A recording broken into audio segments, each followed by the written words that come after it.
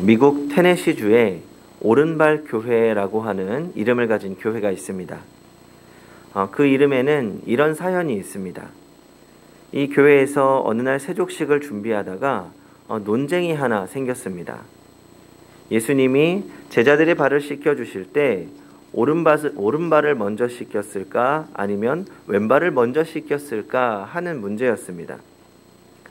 별것 아닌 것처럼 보였지만 당시에 논쟁을 하는 사람들에게는 예수님의 모범을 따라 세족식을 실시하는 처지에서 매우 중요한 문제였습니다. 그러니까 예수님이 하신 것처럼 해야 했기 때문입니다. 그런데 이 논쟁이 치열해졌고 왼발을 먼저 씻어야 한다는 쪽이 이기자 오른발을 먼저 씻어야 한다고 주장한 사람들이 갈라져 나와서 세운 교회가 오른발 교회라고 합니다. 웃을 수만은 없는 이야기인 것 같습니다. 교회 안에서뿐만 아니라 우리가 살고 있는 이 사회에서 충분히 여기저기서 벌어지고 있는 이야기이기 때문입니다. 아주 작은 것 하나, 작은 문제로 인해서 의견이 나뉘고 다투고 갈라집니다. 요즘 많이 쓰이는 단어 중 하나가 혐오라는 단어입니다. 남자를 혐오하고 여자를 혐오하고 아기 엄마들을 혐오하고 노인들을 혐오합니다. 편을 나누고 다투고 상처 주고 상처받습니다. 사랑하기만 해도 모자랄 시간에 편을 나누어 다투고 미워하며 살아갑니다. 서로가 서로를 미워하는 세상 속에서 살아가고 있습니다. 그런 세상 속에서 나도 미움받고 있다고 느껴지는 것입니다. 그래서 요즘은 사람들이 미움받고 있다고 느끼면서 살아간다고 합니다. 남자라서 미움받고 여자라서 미움받고 아기 엄마라 미움받고 노인이라서 미움받고 또 그리스도인이라서 미움받는 것이지요. 그리고 내가 미움받는 만큼 또 다른 누군가를 미워하며 살아가고 있습니다. 미움받는 것에 대한 분노를 다른 대상을 미워하는 것으로 풀어가고 있습니다. 오늘 말씀은 그런 우리들에게 위로가 되면서 또 어떤 마음으로 살아가야 하는지 보여주는 말씀입니다. 본문 4절 말씀을 같이 한번 읽어보겠습니다. 4절 저녁 잡수시던 자리에서 일어나 겉옷을 벗고 수것을 가져다가 허리에 두르시고 아무 말 없이 제자들과 식사를 나누시던 예수님께서 갑자기 자리에서 일어나셨습니다. 겉옷을 벗고 수건을 가져다가 허리에 두르시고 대야에 물을 담아 오셨습니다. 제자들은 의아해하고 있었을 것입니다. 그리고 그분은 제자들을 한 사람씩 부르시면서 발을 씻기기 시작하셨습니다. 주님의 그런 모습은 집에서 부리는 하인들이 하는 모습과 같았습니다. 제자들은 거부할 수 없어서 선생님이 하자고 하는 대로 발을 맡겨드렸습니다. 이제 베드로의 차례가 왔습니다. 주님이 베드로를 부르시고 발을 씻기려고 하자 베드로는 주님께서 제 발을 씻기시는 것입니까? 하고 거부합니다. 그 말은 주님 정말 제 발을 씻기려고 하십니까? 그런 뜻입니다. 그러자 그렇다 내가 하는 것을 내가 이제는 알지 못하나 이후에는 알리라. 주님의 말씀에 베드로는 강한 어조로 반대하고 나섭니다. 제 발은 절대로 씻길 수 없습니다. 그러자 주님이 말씀하십니다. 내가 너를 씻기지 아니하면 네가 나와 상관이 없느니라. 그러자 베드로는 그렇다면 주여 내 발뿐 아니라 손과 머리도 씻겨주십시오 하고 몸을 내밀었습니다. 주님은 그런 베드로에게 이렇게 말씀하셨습니다. 10절을 같이 읽어보겠습니다. 시작. 예수께서 이르시되 이미 목욕한 자는 발밖에 씻을 필요가 없느니라. 온몸이 깨끗하니라. 너희가 깨끗하나 다는 아니니라 하시니. 그런데 여기서 왜 베드로는 예수님이 자신의 발을 씻기는 것을 거부했을까요? 발을 씻긴다는 것은 주로 하인들이 하는 일입니다. 그런데 이 선생님이신 그분이 제자들의 발을 씻긴다는 것이 말이 되지 않았습니다. 그러니까 도리어 자신이 씻겨드려야 했는데 선생님이 씻기신다고 하니 부담이 되었고 베드로가 거절했던 것입니다. 하지만 또 다른 각도에서 생각해 볼 수도 있습니다. 유대에서는 손님들이 집에 오거나 만찬을 먹기 전에 이 발을 씻는 경우가 있는데, 이 발을 씻는 순서가 그날 만찬석에 앉는 순서라고 합니다. 다시 말하면 가장 귀한 손님을 제일 먼저 씻긴다고 합니다. 그런데 오늘 성경에 보면 베드로를 제일 나중에 씻겼습니다. 그렇다면 그 만찬에서 주님이 베드로를 천대한 것이 됩니다. 그러자 베드로의 성격에 이 화가 나서 발끈했을 가능성도 있습니다. 그렇다면 여기서 다시 물어봐야 됩니다. 주님이 제일 먼저 발을 씻긴 사람은 누구일까요? 만찬석상에서 가장 영광스러운 주인공의 자리는 바로 그날 주인의 왼편에 앉은 사람인데, 최후의 만찬에 보면 자리가 어떻게 배치되었는지 뚜렷이 나타나진 않지만 이 성경 속에서 암시되어 있습니다. 요한복음 13장 23절입니다. 예수의 제자 중 하나 곧 그가 사랑하시는 자가 예수의 품에 의지하여 누웠는지라. 그러면 요한은 예수님의 오른편에 앉아 있는 셈입니다. 그리고 마태복음 26장 23절을 보면 나와 함께 그릇에 손을 넣는 그가 나를 팔리라 라고 합니다. 이 말을 보면 가룟 유다가 예수님과 가까이 있어서 그릇에 같이 손을 넣을 수 있었으니까 이 왼쪽 편에 앉은 것이 됩니다. 그러면 가룟 유다의 발을 가장 먼저 씻기시고 또 그를 가장 영광스러운 손님 자리에 앉게 하신 겁니다. 그러면 주님은 왜 유다의 발을 가장 먼저 씻기시고 또 가장 영광스러운 자리에 앉히셨을까요? 이것을 해석해 주는 말씀이 오늘 본문의 1절입니다. 같이 읽어보겠습니다. 시작. 유월절 전에 예수께서 자기가 세상을 떠나 아버지께로 돌아가실 때가 이른 줄 아시고 세상에 있는 자기 사람들을 사랑하시되 끝까지 사랑하시니라. 자기 사람들을, 이 표현은 가룟 유다까지 포함해서 하는 말입니다. 주님은 가룟 유다를 사랑하시되 끝까지 사랑하셨습니다. 주님은 유다가 자신을 팔려고 하는 것도 알고 계셨지만 유다를 사랑하기를 포기하지 않으셨습니다. 그래서 그를 가장 영광스러운 자리에 앉히신 것입니다. 성도 여러분, 주님의 사랑은 끝나지 않는 사랑입니다. 모든 것을 바쳐 심지어 생명까지도 바쳐 사랑하시는 사랑이고 목숨이 다할 때까지 그리고 그 너머의 끝까지 사랑하시는 사랑입니다. 사랑은 이윤을 남기는 장사가 아닙니다. 그래서 조건이 없습니다. 그런 사랑을 영원한 사랑이라고 합니다. 우리 주님의 사랑이 바로 그런 사랑입니다. 그래서 주님의 사랑은 사람의 사랑과 다릅니다. 이 어떤 목사님께서 그 목사님의 사모님이 많이 아프셨습니다. 그래서 목사님이 6년 동안 아내의 병수발을 들었습니다. 사모님은 꼼짝도 못하고 목사님이 밥하고 약 먹이고 아이들도 다 돌보았습니다. 그런데 어느 날 이런 생각이 들더랍니다. 이제는 지겹다. 죽었으면 좋겠다. 그런 생각으로 약을 주었는데 그날 아내가 약을 다 토해버렸습니다. 그리고 그날 쓰러져서 돌아가셨다고 합니다.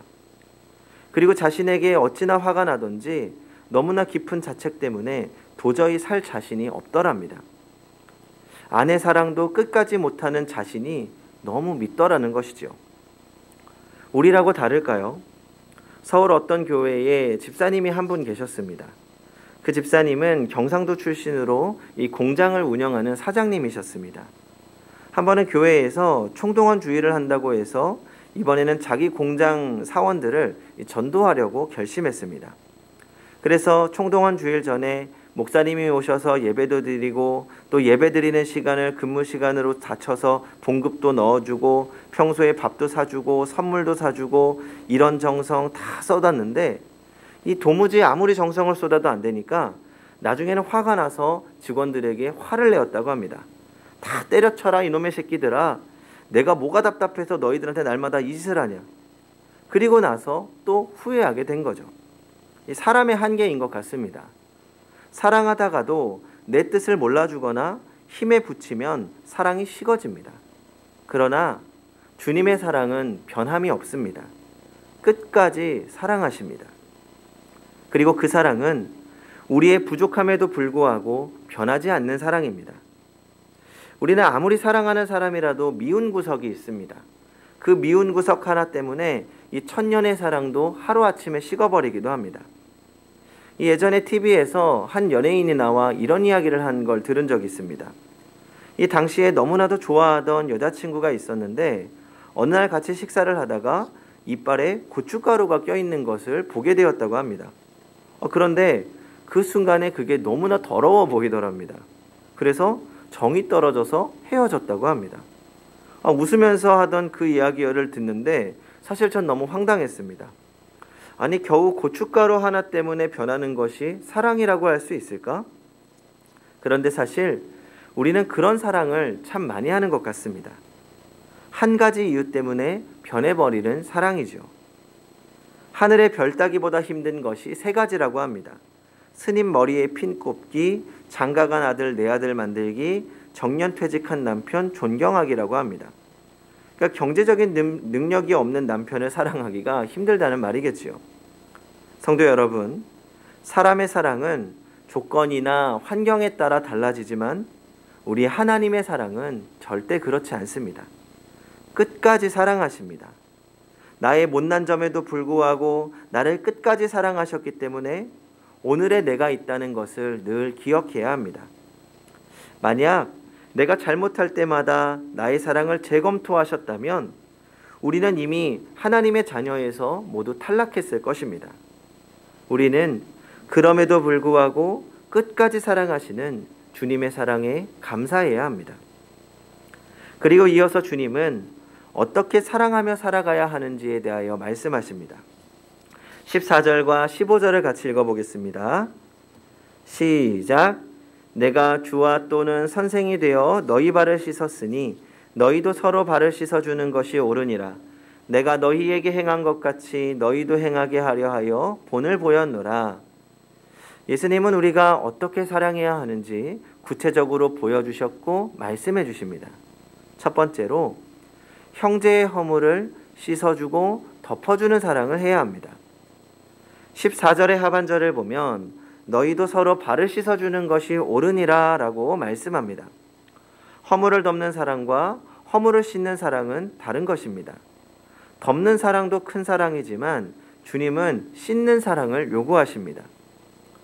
만약 형제에게 어떤 허물이 있을 때 어떻게 해야 할까요? 형제의 약점과 허물을 비난하거나 동네방네 떠들고 다니는 것은 정말 옳은 일이 아닙니다. 형제의 허물이 발견되었을 때 그것은 내가 씻어주어야 할 나의 사명이라고 생각해야 합니다. 그래서 예수님은 서로 발을 씻어주라고 하셨습니다. 서로의 허물을 책임지고 덮어주고 씻어주어야 한다는 겁니다. 그 사람의 허물이니 그 사람이 씻으라고 하는 것이 아니라 그 사람의 허물을 내가 씻어준다는 겁니다. 그렇게 서로가 서로의 허물을 씻어주어야 합니다. 성도 여러분, 우리 교회에 완전한 사람은 모이지 않습니다. 어찌 보면 약점과 허점투성이의 사람들이 모여 있습니다. 저도 완전하지 않습니다. 누구나 실수할 수 있고 누구나 약점이 있습니다. 그리고 사람들은 상대방의 작은 허물들을 너무나 쉽게 찾아냅니다. 다만 그것을 비판의 대상, 조롱거리의 대상으로 삼아서는 안 됩니다. 누군가의 허물이 보였다면 우리는 이렇게 생각해야 합니다. 아, 하나님께서 저 사람을 위해 기도하라고 저 허물을 보여주셨구나. 사람은 자기가 더러운 것은 잘 참습니다. 그래서 그 허물을 스스로 씻기란 쉽지가 않습니다.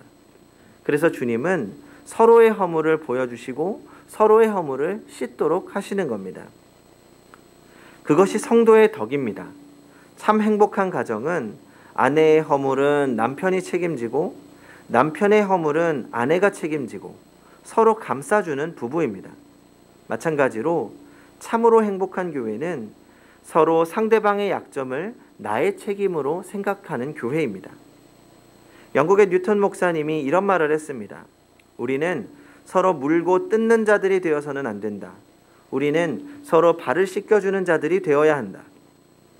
서로 발을 씻겨주어야 그것이 그리스도인이고 참된 교회라는 것입니다.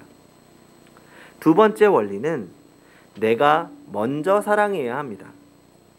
예수님은 스스로 본을 보이셨습니다. 본을 보인다는 것은 먼저 한다는 겁니다. 그런데 이 먼저 한다는 것이 참 쉽지가 않습니다.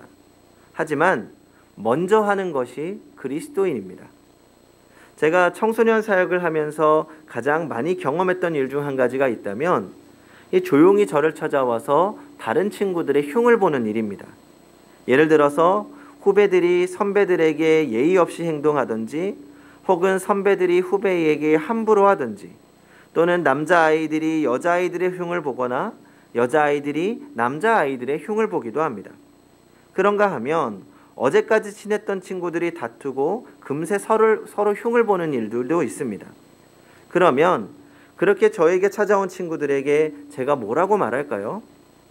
야, 네가 좀 이해해줘라 라고 이야기합니다. 어린 후배들이 아직 잘 몰라서 그러니 이해해달라. 또는 친구들 사이에 어떤 오해가 있으니 좀 이해해달라. 그렇게 중재를 하려고 합니다. 그러면 대부분 돌아오는 반응들이 있습니다. 먼저 이해하기 싫다는 겁니다. 상대방이 먼저 나에게 용서를 구하거나 상대방이 이해해야지 내가 먼저 이해하기 싫다는 겁니다. 그러면 제가 늘 다시 하는 이야기가 있습니다. 당연히 먼저 이해하고 먼저 사랑하는 거 쉽지 않지. 하지만 우리는 교회야 먼저 사랑하는 공동체란다. 그리고 나서 사정사정하는 거죠. 야, 조금만 이해해줘라. 그렇게 설득을 합니다. 조금만 넓은 마음으로 먼저 이해하고 사랑해달라고. 사실 제가 전도사가 아니었다면, 교회가 아니었다면, 그리스도인이 아니었다면 저는 다른 조언을 했을 것입니다. 야, 요즘 선후배가 어딨어. 그냥 들이받아. 야, 그냥 교회 옮겨. 뭐하러 힘들게 거기 다녀. 야, 말 걸어도 못 들은 척해. 그냥 아는 척하지 마. 그렇게 이야기했을 겁니다. 살다 보면 싫은 건 싫은 겁니다. 저도 미워하는 사람이 있고 싫은 사람이 있습니다. 사실 미운 사람, 싫은 사람 안 보는 것이 속 편합니다. 대화를 안 하는 것이 차라리 낫습니다. 하지만 우리는 그리스도인입니다. 주님이 우리를 먼저 사랑하셨고 우리 또한 먼저 사랑하기를 원하십니다. 그리스도인이 세상 사람과 가장 달라야 하는 점이 있다면 먼저 사랑하는 것입니다. 주님이 우리를 먼저 사랑하셨듯이 말입니다. 그리고 먼저 사랑하는 자에게는 주님이 주시는 놀라운 은혜가 있습니다. 그래서 우리는 먼저 사랑해야 합니다. 성도 간에 먼저 사랑하고 이웃을 먼저 사랑하고 그 사랑이 서로 먼저가 되어서 사랑으로 더욱 풍성한 하나님의 나라를 이루어가야 합니다. 성도 여러분, 혐오와 미움이 가득한 세상입니다. 이 땅에 예수 그리스도의 사랑이 참으로 필요한 시기입니다. 먼저 그 사랑으로 충만해지시기 바랍니다. 미움 가득한 세상에서 사랑으로 충만한 삶을 누리시기 바랍니다. 그리고 그 사랑이 흘러넘쳐서 우리가 속한 곳이 사랑으로 가득한 하나님의 나라로 변하기를 기대합니다. 그렇게 사랑받고 또 사랑하며 사랑으로 변화시켜 나가는 성도님들이 되시기 바랍니다. 기도하겠습니다.